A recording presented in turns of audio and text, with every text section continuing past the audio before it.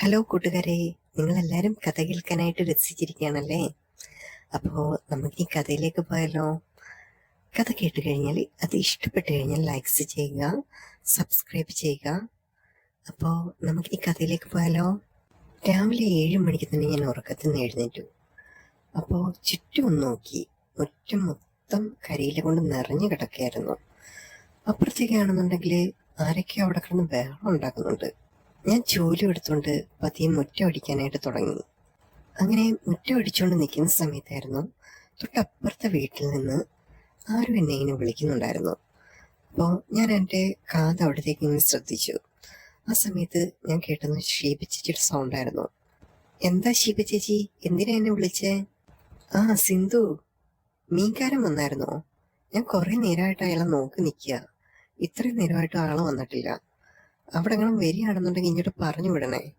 ഇവിടെ ഇന്ന് വിരുന്നുകാരും കാര്യങ്ങളൊക്കെ ഉണ്ട്. അപ്പോൾ അവർക്ക് മീൻ എന്തെങ്കിലും വെച്ച് കൊടുക്കണ്ടേ? നിങ്ങളുടെ അടുത്തോട്ട് വരികയാണെന്നുണ്ടെങ്കിൽ ഇങ്ങോട്ട് പറഞ്ഞു വിടാം കേട്ടോ എന്ന് ഷീബ ചേച്ചി പറഞ്ഞിട്ട് അടുക്കളയിലേക്ക് കയറിപ്പോയി. പിന്നെ അവർക്ക് മീൻ മേടിച്ചു കൊടുക്കലല്ലേ എൻ്റെ പണി എന്ന് പറഞ്ഞിട്ട് എന്തൊക്കെയോ ഞാനിങ്ങനെ മനസ്സിൽ പിറുപിറുത്തു.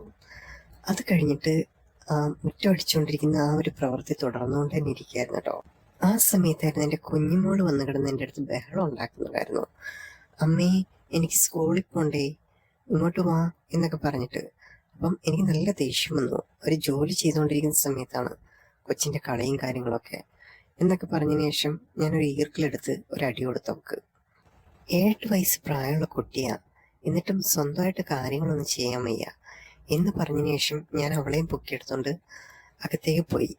ശേഷം അവൾക്ക് പല്ല് തേപ്പിച്ചു, പിന്നെ കുളിപ്പിച്ച് റെഡിയാക്കി നല്ലൊരു സുന്ദരി കുട്ടിയായതിനു ശേഷം ഞാൻ പതുക്കെ അവളെ സ്കൂളിലോട്ട് പറഞ്ഞു കേട്ടോ. അങ്ങനെ മോളെ വിടാനായിട്ട് ഓട്ടോക്കാരനെ കാത്തിരിക്കുന്ന സമയത്തായിരുന്നു കേട്ടോ മീൻകാരൻ വന്നത്.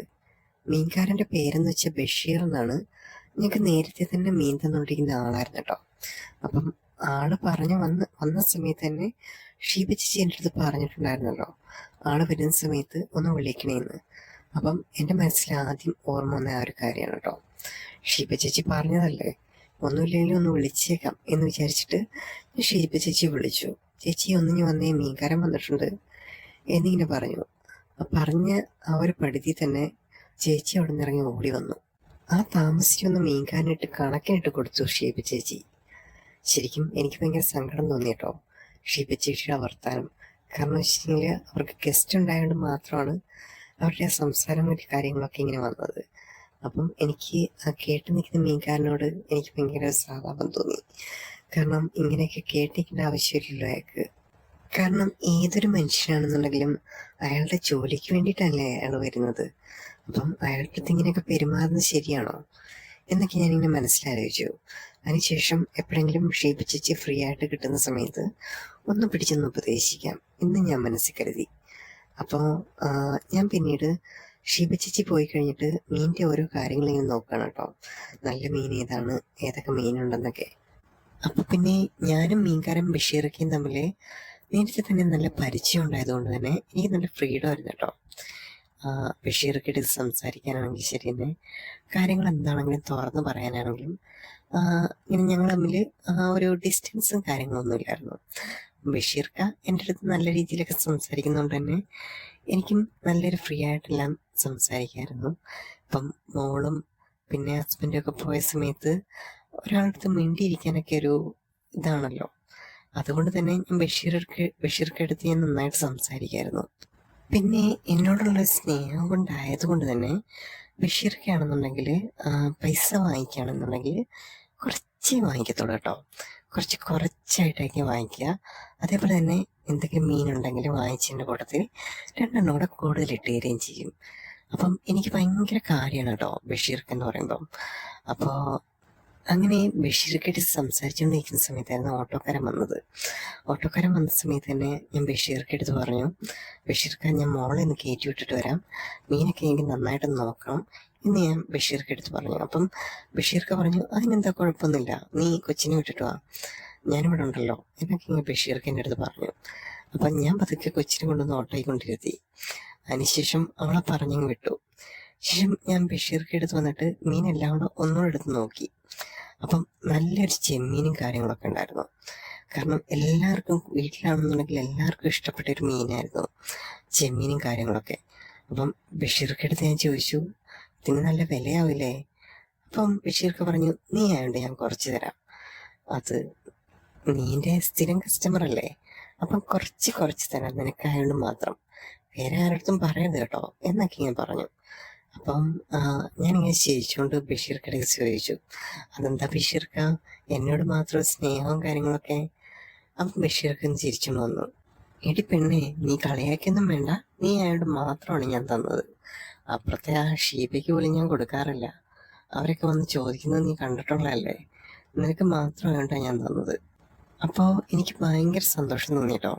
കാരണം വെച്ച് കഴിഞ്ഞാൽ എനിക്ക് അങ്ങനെ ആ ഒരു പരിചയത്തിൽ ആരുമില്ല എനിക്ക് ഇത്രയൊക്കെ ഒരു സപ്പോർട്ടും കാര്യങ്ങളൊക്കെ തരുന്ന ആൾക്കാർ. അപ്പം ബഷീർക്ക് അങ്ങനെയൊക്കെ പറഞ്ഞ സമയത്ത് നല്ല സന്തോഷം കാര്യങ്ങളൊക്കെ തോന്നി. അപ്പം ഞാൻ ബഷീർക്കോട് പറഞ്ഞു, ബഷീർക്ക് എന്തായാലും ഇവിടെ വരെ വന്നതല്ലേ, നല്ല ക്ഷീണമൊക്കെ ഉണ്ടല്ലോ മുഖത്ത്, വീട്ടിലോട്ട് വരികയാണെന്നുണ്ടെങ്കിൽ ചായ ഇട്ടുതരാം, എന്തെങ്കിലും ഒന്ന് കുടിച്ചിട്ടൊക്കെ പൊക്കോ എന്ന് ബഷീർക്കെടുത്ത് ഞാൻ പറഞ്ഞു. അപ്പോൾ ബഷീർക്ക് മീനുമായിട്ട് നിൽക്കുന്ന സമയമല്ലേ, അപ്പം മീനിൻ്റെയൊക്കെ ആ ഒരു സ്മെല്ലും കാര്യങ്ങളൊക്കെ ഉണ്ടായതുകൊണ്ടാണ് ബഷീർക്ക് എൻ്റെ അടുത്ത് പറഞ്ഞു, മോളെ ഇക്കയ്ക്ക് പണിയും കാര്യങ്ങളും കൂടുതലായിരിക്കും ഇന്നത്തെ ദിവസം, പിന്നെ ഒരു ദിവസം വരാം, ഇവിടെ ഇക്കയുടെ കൈയും കാര്യങ്ങളൊക്കെ ആണെന്നുണ്ടെങ്കിൽ തന്നെ ആകെ നാറ്റമായിട്ടിരിക്കുകയാണ്, അപ്പം പിന്നെ ഒരു ദിവസം വന്നിട്ട് ഇക്ക വന്നിട്ട് ചായയൊക്കെ കുടിക്കാം എന്നിങ്ങനെ പറഞ്ഞു. അപ്പം ഞാൻ വിടുന്നുണ്ടോ? എനിക്ക് മീൻസ് എന്ന് വെച്ചാൽ അങ്ങനെ ഒരാളെ കിട്ടിക്കഴിഞ്ഞാൽ തന്നെ എന്തെങ്കിലും ഭക്ഷണമൊക്കെ കൊടുത്ത് പിന്നെ ചായയൊക്കെ കുടിപ്പിച്ചിട്ട് പോവുക, അതെൻ്റെ ഒരു ശീലമായിരുന്നു കേട്ടോ. അപ്പോൾ ഞാൻ പതുക്കെ ബഷീർക്കെയും വിളിച്ചുകൊണ്ടുവന്ന് അകത്ത് കൊണ്ടിരുത്തി ചായ ഇടാൻ പോയി കേട്ടോ. ചായ എന്നെ വെച്ചാൽ പുള്ളിക്കാരിക്ക് കട്ടനായിരുന്നു ഇഷ്ടവും കാര്യങ്ങളൊക്കെ. അപ്പം നേരത്തെ എൻ്റെ അടുത്ത് പറഞ്ഞു, കട്ടൻ മതി മോളെ, പാലൊഴിച്ചിട്ട് ചായ ഒന്നും വേണ്ട എന്ന് പറഞ്ഞു. അപ്പോൾ ഞാൻ പതുക്കെ പോയിട്ട് കട്ടൻ ഇട്ടുകൊണ്ട് വന്ന സമയത്താണെന്നുണ്ടെങ്കിൽ പുറത്ത് അത്യാവശ്യം ക്ലൈമറ്റ് നല്ല ക്ലൈമറ്റ് ആയിരുന്നു, നല്ലൊരു മഴയുടെയൊക്കെ ഒരു അറ്റ്മോസ്ഫിയറും കാര്യങ്ങളൊക്കെ ഉണ്ടായിരുന്നു. അപ്പോൾ നല്ല മഴ പെയ്യുന്ന സമയത്ത് കട്ടൻ ഇങ്ങനെ കുടിച്ചിരിക്കുന്നത് ഇക്കും ഭയങ്കര ഇഷ്ടമാണെന്നൊക്കെ എൻ്റെ അടുത്ത് പറഞ്ഞായിരുന്നു. അപ്പം അതുകൊണ്ട് തന്നെയാണ് ഞാൻ കട്ടൻ ഇട്ടുകൊണ്ട് കൊടുത്തത്. അപ്പം തന്നെ എനിക്ക് എടുത്ത് ചോദിച്ചു, ഇക്ക ഇത് മാത്രം മതിയോ, കഴിക്കാൻ എന്തൊക്കെയോ എടുക്കണ്ടേ? അപ്പോൾ പുള്ളി പറഞ്ഞു, വേണ്ട, എനിക്ക് കഴിക്കാനൊന്നും വേണ്ട, ഇത് കഴിച്ചാൽ മതി എന്നിങ്ങനെ പറഞ്ഞു. അപ്പം ഞാൻ പറഞ്ഞു, എന്തെങ്കിലും കഴിച്ചിട്ട് പോയേക്കാം, നല്ല ക്ഷീണമുണ്ടല്ലോ എന്ന് പറഞ്ഞിട്ട് ഞാൻ ഇക്കയെ പിടിച്ചിരുത്തി. അത് കഴിഞ്ഞിട്ട് രാവിലത്തെ കുറച്ച് ബ്രേക്ക്ഫാസ്റ്റ് ബാക്കിയൊക്കെ അപ്പം മോക്ക് കൊടുത്തതിൻ്റെ ബാക്കിയാണ് കേട്ടോ.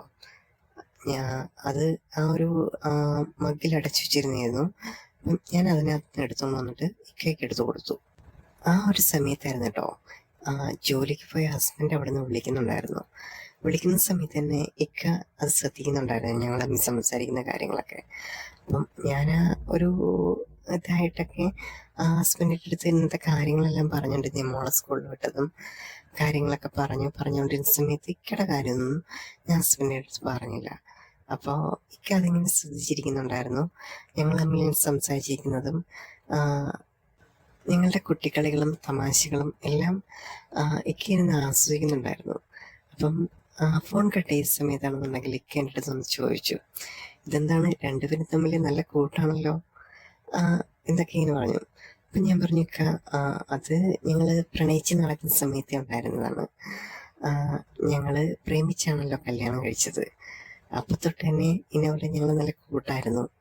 അപ്പോൾ ഇക്ക എൻ്റെ അടുത്ത് പറഞ്ഞു, അങ്ങനെയൊക്കെ തന്നെ വേണം മോളെ, ഇപ്പം എൻ്റെ വീട്ടിൻ്റെ അടുത്താണെങ്കിൽ ശരി തന്നെ കുറേ പിള്ളേരുണ്ട്, അപ്പം ഭർത്താവും ഭാര്യയും തമ്മിലൊരു മിണ്ടാട്ടവും ഇല്ല, ഒന്നുമില്ല. ഇന്നത്തെ കാലത്ത് ഇങ്ങനെയുള്ള കാര്യങ്ങളൊക്കെയാണ് വേണ്ടത്. ഇപ്പോൾ അങ്ങോട്ടും ഇങ്ങോട്ടും മിണ്ടാതിരിക്കുകയാണെന്നുണ്ടെങ്കിൽ തന്നെ വളരെയധികം ബുദ്ധിമുട്ടല്ലേ. ഇപ്പം എൻ്റെ ഭാര്യ തന്നെ നോക്ക്, ഞങ്ങൾ തമ്മിൽ സംസാരിച്ചിട്ട് തന്നെ വർഷങ്ങളായി. അപ്പം എനിക്ക് ഭയങ്കര കൗതുകമായി ഇക്ക ബഷീർക്ക് അങ്ങനെയുള്ള കാര്യങ്ങളൊക്കെ പറഞ്ഞപ്പം. അപ്പം ഞാൻ ഇക്കയെടുത്ത് ചോദിച്ചു, അതെന്ത് പറ്റിക്ക, രണ്ടുപേരും തമ്മിൽ എന്താ സംസാരിക്കാത്തത്, നിങ്ങൾ തമ്മിൽ ആ ഒരു ഇതൊന്നും ഇല്ലാത്ത എന്താ എന്നൊക്കെ ഞാൻ ഇക്കയെടുത്ത് ചോദിച്ചു. അപ്പോൾ ഇക്ക ഒരു ദയനീയ അവസ്ഥയിലൂടെ എൻ്റെ അടുത്ത് പറഞ്ഞു, അതൊക്കെ ഒരു കാര്യം, അതായത് ഒരു പ്രായം കഴിഞ്ഞു കഴിഞ്ഞാൽ ഇങ്ങനെയൊക്കെയാണ് മോളെ, പിന്നെ ആരും കാണത്തില്ല, നമ്മുടെയൊക്കെ ഒരു അവസ്ഥ ഇങ്ങനെയൊക്കെ തന്നെ ആയിരിക്കും. ഒരു പ്രായം കഴിഞ്ഞ് കഴിഞ്ഞാൽ പിന്നെ നോക്കാനേ ആരുമില്ല, ഇങ്ങനെയുള്ള ചിന്തകളോ അല്ലെന്നുണ്ടെങ്കിൽ സംസാരിക്കണമെന്നോ മിണ്ടണമെന്നോ അതൊന്നും ആർക്കും ഒരു ബോധമില്ല. അപ്പോൾ എനിക്കും നല്ല വിഷമം തോന്നി. ഇക്കയെപ്പോലെ ഒരുപാട് ആൾക്കാരുണ്ട് നമ്മുടെ ഈ ലോകത്ത് തന്നെ. ഇപ്പം ഭാര്യ ഭർത്തൃ ബന്ധം ഉണ്ടെങ്കിൽ പോലും രണ്ടുപേരും തമ്മിൽ സംസാരിക്കത്ത് പോലുമില്ല, രണ്ടുപേരും തമ്മിലൊന്ന് മീറ്റ് ചെയ്ത് പോലില്ല. എന്തിനേറെ രണ്ടുപേരും തമ്മിലൊന്ന് കണ്ണോട് കണ്ണു പോലും നോക്കില്ല. ഒന്ന് നോക്കിയാൽ ദേഷ്യം, മിണ്ടിയാൽ ദേഷ്യം, അങ്ങനെയുള്ള ആൾക്കാരെല്ലാം ഉണ്ട്. അപ്പം അവരുടെയൊക്കെ ആ ഒരു അവസ്ഥ ആലോചിച്ചപ്പോൾ എനിക്ക് ഭയങ്കര വിഷമം തോന്നി. അത് കേട്ട സമയത്ത് തന്നെ ഞാൻ ഇക്കയെ ഉപദേശിക്കാൻ തുടങ്ങി. മറ്റൊന്നുമല്ല, ഇക്ക ഇക്ക എന്തൊക്കെയായാലും ഇത്തയെടുത്ത് പോയി മിണ്ടണം, മിണ്ടുകയും സംസാരിക്കുകയും ഇത്തയുടെ ഇഷ്ടങ്ങളും കാര്യങ്ങളൊക്കെ ഇക്ക അറിഞ്ഞിരിക്കണം. എങ്കിലേ കാര്യങ്ങളെല്ലാം ശരിയാവത്തുള്ളൂ. അല്ലാതെ നിങ്ങൾ രണ്ടുപേരും കൂടെ ഒരു അപ്പുറത്തും ഇപ്പുറത്തും ഒന്നും മിണ്ടാതെ അങ്ങനെയൊക്കെ ഇരുന്ന് കഴിഞ്ഞാൽ എന്ത് ജീവിതമുള്ളത് ഇക്ക? ഇതൊക്കെ നല്ലതല്ലല്ലോ എന്നൊക്കെ ഞാൻ ഇക്ക ഇങ്ങനെ ഉപദേശിക്കാൻ തുടങ്ങി. ആ സമയത്ത് ഇക്കയുടെ മുഖം വല്ലാണ്ടായിപ്പോയി. അത് കണ്ടപ്പോൾ എനിക്ക് വിഷമം തോന്നി. മറ്റൊന്നുമല്ലായിരുന്നു, ഇപ്പോഴത്തെ ആ ഒരു സിറ്റുവേഷൻ ഇക്കയുടെ അങ്ങനെയായിരുന്നു. പാവക്ക എന്തൊക്കെയോ പറയണമെന്നുണ്ടായിരുന്നു. പക്ഷേ ഞാനത് പറയുന്ന സമയത്ത് ഇക്കയുടെ മുഖം വാടിയിരുന്നു. എന്നിട്ടും ഞാൻ തുടർന്നുകൊണ്ടിരുന്നു. ഇക്കയുടെ ആ ഒരു സ്വഭാവം അതൊന്ന് മാറ്റിയെടുക്കണമെന്ന് എനിക്ക് തോന്നി.